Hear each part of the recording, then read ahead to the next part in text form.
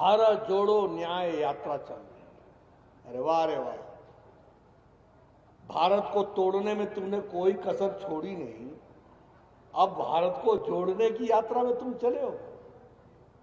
आप बताओ, धारा 370 भारत को कमजोर करता था कि नहीं करता था? करता था कि नहीं करता था? मोदी जी ने धारा 370 हटा दी कि नहीं हटा दी? और कांग्रेस ने उसका विरोध किया कि नहीं किया? किया कि नहीं किया? ये जोड़ने चले, ये जोड़ने चले।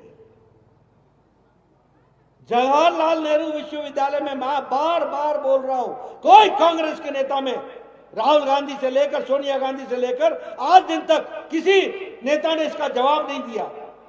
जब जवाहरलाल नेहरू के परिसर में नारे लग रहे थे, भारत होंगे टुकड़े टुकड़े इंशाअल्लाह इंशाअल्लाह, नारे लग रहे थे, अफजल हम शर्मिंदा हैं, तेरे कातिल जिंदा हैं।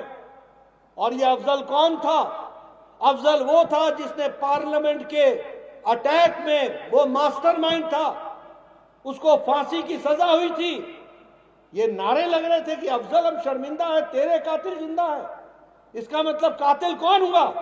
सुप्रीम कोर्ट का जज जिसने सजा सुनाई। कातिल कौन हुआ?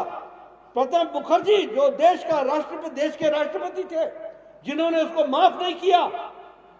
और दूसरे दिन इन नारे लगाने वाले लोगों के साथ राहुल गांधी खड़े हो जाते हैं, बोलते हैं मैं तुम्हारे साथ हूं। बोलो, ये जोड़ो यात्रा है या तोड़ो यात्रा है? बोलो, जोड़ो यात्रा है या तोड़ो यात्रा है? आज दिन तक माफी नहीं मांगी राहुल गांधी ने, आज दिन तक। और मेरा यह कहना है कि जब तक तुम माफी नहीं मांगते हो, तुम कभी भारत को जोड़ नहीं सकते, तुम हमेशा तोड़ने के लिए लगे रहे, ये याद रखना। आप बताइए, ये जोड़ो यात्रा पर निकले हैं। सन 84 के दंगे, हमारे सिख भाई जो कत्लेआम कर दिए गए, सारे देश में त्राहिमाम मच गया, हमारे सिख भाइयों के साथ अन्याय हुआ। आज दिन तक कांग्रेस पार्टी के एक नेता ने भी माफी नहीं मांगी, आज दिन तक। और उस समय के बनने वाले प्रधानमंत्री स्वर्गीय राजीव गांधी कहते हैं, जब बड़ा पेड़ गिरता है तो धरती हिलती है। ये भारत जोड़ो यात्रा पर निकले, ये तोड़ो यात्रा पर निकले, ये न्याय करने निकले हैं या अन्याय करने निकले हैं? किसके साथ न्याय करने निकले हो आप? मैं ऐसे कई उदाहरण दे सकता हूं। अटल जी ने बिहार से झारखंड बनाया, अटल जी ने उत्तर प्रदेश से उत्तराखंड बनाया, अटल जी ने मध्य प्रदेश से छत्तीसगढ़ बनाया। एक खून का कतरा नहीं बहा, सब लोगों ने साथ दिया और दो प्रदेश बन गए, ये हम लोगों ने देखा। लेकिन जब आप तेलंगाना बनाने लगे तो खून खराबा भी हुआ। उसके पहले हजारों लोगों की जानें गई, हजारों लोग शहादत दिए। कब आपने भारत को जोड़ने की बात की है? हमेशा भारत को तोड़ने की बात की है। और न्याय की बात, आजकल आप लोग ओबीसी का राग अलाप रहे हो। ये ओबीसी का नारा आपको दे दिया गया है और आप सोचते हो किसी से आपकी नैया पार हो जाएगी। मैं जानना चाहता हूं,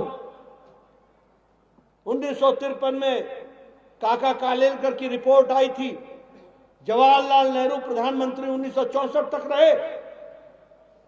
क्या किया उन्होंने काका कालेलकर रिपोर्ट का?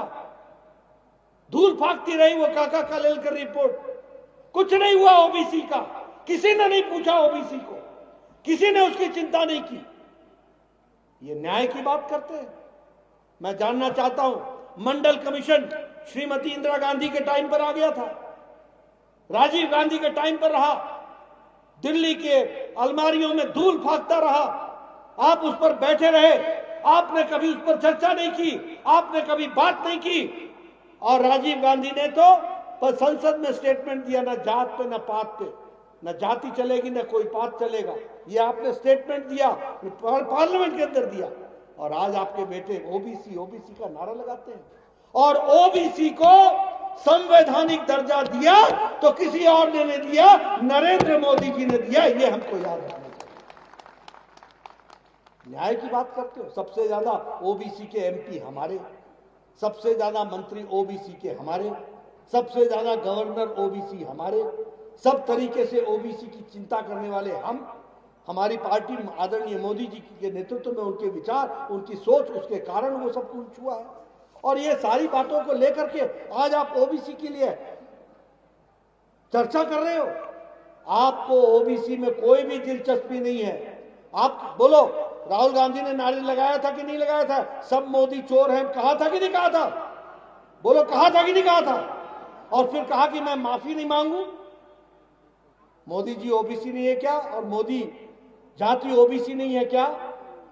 आपको माफी मांगने में शर्म आई क्या?